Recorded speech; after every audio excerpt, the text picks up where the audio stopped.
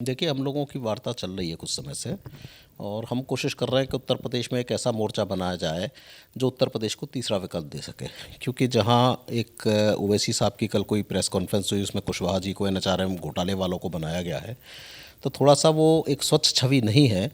तो उत्तर प्रदेश में एक स्वच्छ छवि चाहिए और उसके लिए अगर एक तीसरा मोर्चा बने जिसमें कि चंद्रशेखर जी की पार्टी है, पीस पार्टी है और भी अन्य दल हैं, अगर शामिल होते हैं तो एक विकल्प बन सकता है। और उसके लिए मुलाकात हुई है और देख रहे हैं अभी हम लोग कैसे कर सकते हैं।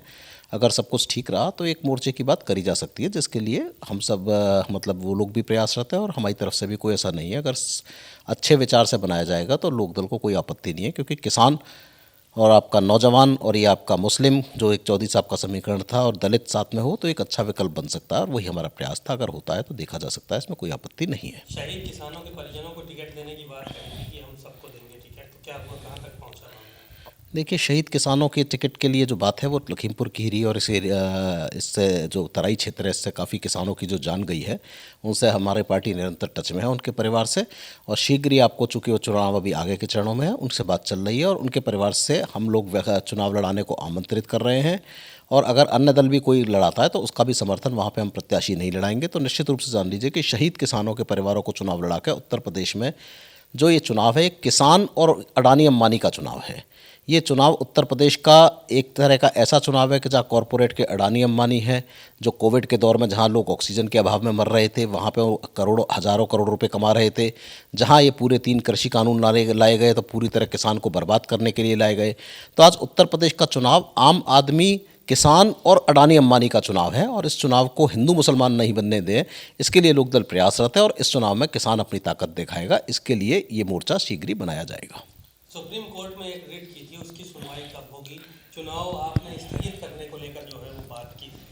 देखिए, सुप्रीम कोर्ट की आज हालत ये है कि 12 में से 2 बेंच उनकी काम कर रही हैं, 10 जज उनके कोविड पॉजिटिव हैं। आज सुप्रीम कोर्ट 12 बेंचों में से 2 खाली ऑनलाइन चला पा रहा है, 2 या 3 बेंचें। आज जहां उनके इतने जज कोविड पॉजिटिव हैं और ऑनलाइन भी सुनवाई नहीं हो रही है, मुकदमे लटकाए जा रहे हैं, ऐसे में निश्चित रूप से जान लीजिए कि अगर जज 50 लोगों की कोर्ट में जाने से डर रहे हों और ऑनलाइन सुनवाई कर रहे हों, निजी स्कूल बंद पड़े हों, सरकारी स्कूल बंद पड़े हों, निजी दफ्तर, सरकारी दफ्तर बंद पड़े हों, पूरे का पूरा प्रदेश बंद पड़ा हो, ऐसे में चुनाव हो तो निश्चित रूप से बहुत बड़ी आपदा आएगी, जिसको लेकर लोकदल जा रहा है और चला गया है सुप्रीम कोर्ट में। उसकी सुनवाई शीघ्र ही आने वाली है और निश्चित रूप से अगर कोर्ट संज्ञान ले, अन्यथा इतनी जाने जाएंगी जिसका जवाबदेह इस देश का चुनाव आयोग और न्यायपालिका होगी कि अगर समय पर कोर्ट नहीं चुनाव पर रोक नहीं लगाई तो बहुत सी जान माल की हानि होगी, जो पहले पंचायत चुनावों में हुई थी, विधानसभा चुनाव में उससे कहीं ज़्यादा होगी। निश्चित रूप से जान से ज़्यादा कीमती चुनाव नहीं हो सकता और इसके लिए कोर्ट को संज्ञान लेना चाहिए। चूंकि सुप्रीम कोर्ट भी इतना भयभीत है कोरोना से और ऐसे में कैसे चुनाव को अलाउ कर सकता है, ये देश के सामने बहुत बड़ा मुद्दा है।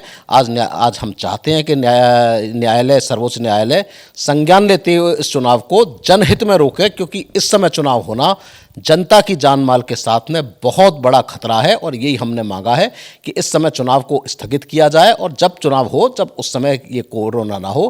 क्योंकि अगर ओमिक्रॉन की तीसरी लहर, जो दूसरी से भी ज़्यादा भयानक होगी, जहां दूसरी लहर में गंगा में, नदियों में लाशें तैर रही थी, तटों के किनारे लाशें के दफना दिए गए थे, ऑक्सीजन की कमी थी, पूरी तरह लोग तड़प तड़प के मरे थे, ऐसे में अगर ओमिक्रॉन तीसरी लहर के कारण 5 राज्यों में बुरी तरह आएगा तो इसकी जवाबदेही देश में बहुत बड़ा एक विडंबना होगी। इसके लिए हम चाहते हैं कि सर्वोच्च न्यायालय संज्ञान लेके इसको तत्काल प्रभाव से रोके। ये हमारी अपील है, जनहित याचिका है और हम चाहते हैं कि सुप्रीम कोर्ट इसमें आगे आना चाहिए।